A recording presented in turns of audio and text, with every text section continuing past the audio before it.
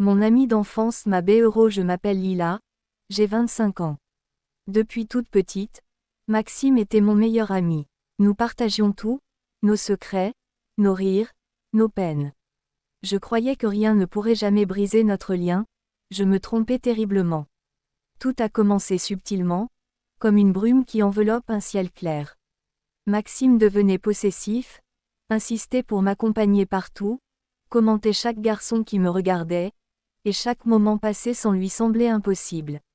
Au début, j'ai trouvé ça mignon, protecteur. Mais une nuit, tout a basculé. Nous étions seuls chez lui, après une longue journée de promenade.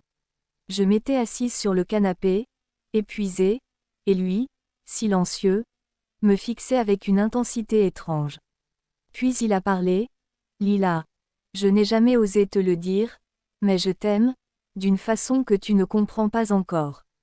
J'ai ri nerveusement. Une blague. Impossible. Son visage, grave, ne mentait pas. Il s'est approché, doucement, et a ajouté. Je ne peux plus continuer à prétendre que je ne ressens rien. Je veux être plus que ton ami. Je veux toi, entièrement. Mon cœur s'est arrêté. Chaque souvenir d'enfance, chaque confiance partagée, s'est transformé en une cage de peur et de confusion. Les semaines suivantes furent un enfer déguisé en amitié. Maxime m'envoyait des messages à toute heure, apparaissait là où je ne l'attendais pas, me faisait sentir coupable pour chaque refus. Ces mots étaient doux, mais derrière eux se cachait une obsession dangereuse. J'essayais de poser des limites, de l'éviter. Mais il savait exactement comment retourner chaque situation contre moi. Tu ne comprends pas, c'est nous. Personne ne pourra jamais nous comprendre comme moi et toi. Chaque mot me liait un peu plus à lui, et chaque tentative de fuite me faisait sentir que j'étais la mauvaise, la méchante, celle qui brisait leur lien unique. Puis est venu le point de rupture. Un soir, alors que je voulais simplement clarifier notre relation, il m'a poussé contre le mur et a tenté de m'embrasser. Je me suis débattue, hurlant à plein poumon. Ce moment a brisé quelque chose de vital en moi, la confiance, la sécurité, le réconfort de l'amitié. Tout s'est effondré. Après cette nuit, notre cercle d'amis a été au courant. Les murmures ont circulé. Ton meilleur ami t'a trahi, c'est inimaginable. Droit, comment peut-on aimer quelqu'un au point de la détruire? Maxime a essayé de se justifier, pleurant et suppliant. Mais ses mots étaient vides, glacés, et chaque tentative de me rapprocher ressemblait à un piège. Aujourd'hui, je tente de reconstruire ma vie, mais les cicatrices sont profondes. Chaque bruit inattendu, chaque geste ambigu, me ramène à cette nuit. Chaque fois que je pense à lui, je ressens une peur sourde, et une colère qui ne disparaîtra peut-être jamais. Je me demande encore, astérisque, comment quelqu'un que l'on croit connaître peut devenir dangereux. Astérisque, peut-on pardonner une trahison qui détruit la confiance et l'intimité? Astérisque, et surtout, comment retrouver la paix après avoir été manipulé par quelqu'un que l'on aimait sincèrement? Mon pote, parfois, je me pose des questions à ton sujet. Florent fronce les sourcils en débouchant la bouteille. Comment ça? Je ne comprends pas. Tu me répètes tous les jours que ta femme n'est jamais là, qu'elle est toujours prise par son boulot, qu'elle voyage sans arrêt, et pourtant, tu as une perle sous ton toit. Florent lève un sourcil, intrigué. De qui tu parles? De qui d'autre si ce n'est celle qui vient de partir d'ici? Florent s'arrête net en versant le vin. Tu veux parler d'Andrea? Ma bonne. Oui, ta bonne. Ou bien tu ne vois pas ce que je vois. Roch prend son verre, le fait tournoyer légèrement avant de boire une gorgée. Elle est magnifique, mon frère. Un vrai bijou, tu devrais en profiter. Florent le fixe, abasourdi. Tu n'es pas sérieux. Comment peux-tu me dire ça alors que tu sais très bien que j'aime ma femme? Jamais je ne rabaisserai mon foyer à ce niveau. Coucher avec une femme que ma propre épouse paye chaque fin du mois. Roch éclate de rire et secoue la tête.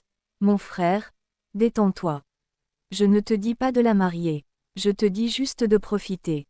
Tu es un homme, tu as des besoins, et en attendant que ta femme te rappelle qu'elle est mariée, il faut bien que quelqu'un prenne soin de toi.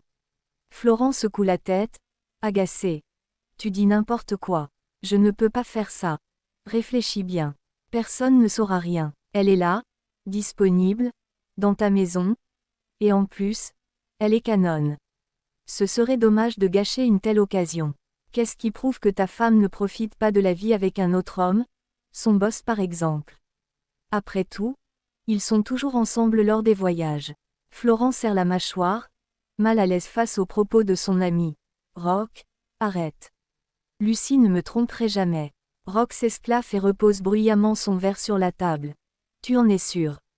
Mon frère, tu es encore en sommeil. Un jour, quand tu te réveilleras, tu comprendras. Florent détourne le regard, troublé.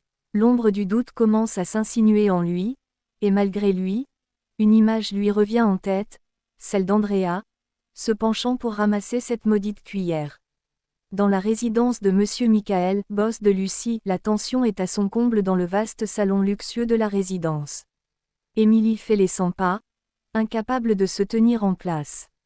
Sa respiration est saccadée, et ses poings serrés trahissent l'ampleur de sa colère. Assise sur le grand canapé en cuir, Sandrine, sa meilleure amie, tente tant bien que mal de la calmer. Émilie, tu dois te détendre, tu t'énerves toute seule et ce n'est pas bon pour toi. Mais Émilie ne l'écoute pas. Sa mâchoire est crispée, et son regard brûle d'une rage contenue. Cet homme commence sérieusement à me rendre folle. Crache-t-elle en se tournant brusquement vers Sandrine. Il m'a forcée à abandonner mon travail sous prétexte qu'il voulait que je m'occupe des enfants et de lui. Maintenant il me laisse là, comme une potiche sans valeur. Et passe son temps à voyager. Elle attrape un coussin et le jette violemment sur le canapé avant de poursuivre, furieux. Hier seulement, il est revenu de voyage, et aujourd'hui encore, il disparaît. Et tout ça, c'est depuis que cette femme est entrée dans l'entreprise. De qui tu parles? Demande Sandrine en arquant un sourcil. Lucie? Bien sûr. Siffle Émilie. Dès qu'elle est arrivée, il l'a gradée comme si elle était la seule compétente dans cette foutue boîte. Et depuis, ils voyagent ensemble, de pays en pays, toujours collés. C'est à croire que mon mari a trouvé une nouvelle passion pour l'international. Sandrine soupire et secoue la tête. Arrête de te faire des films, Émilie. Tu sais que ton mari t'aime, et il fait tout ça pour vous offrir une belle vie, à toi et aux enfants. Une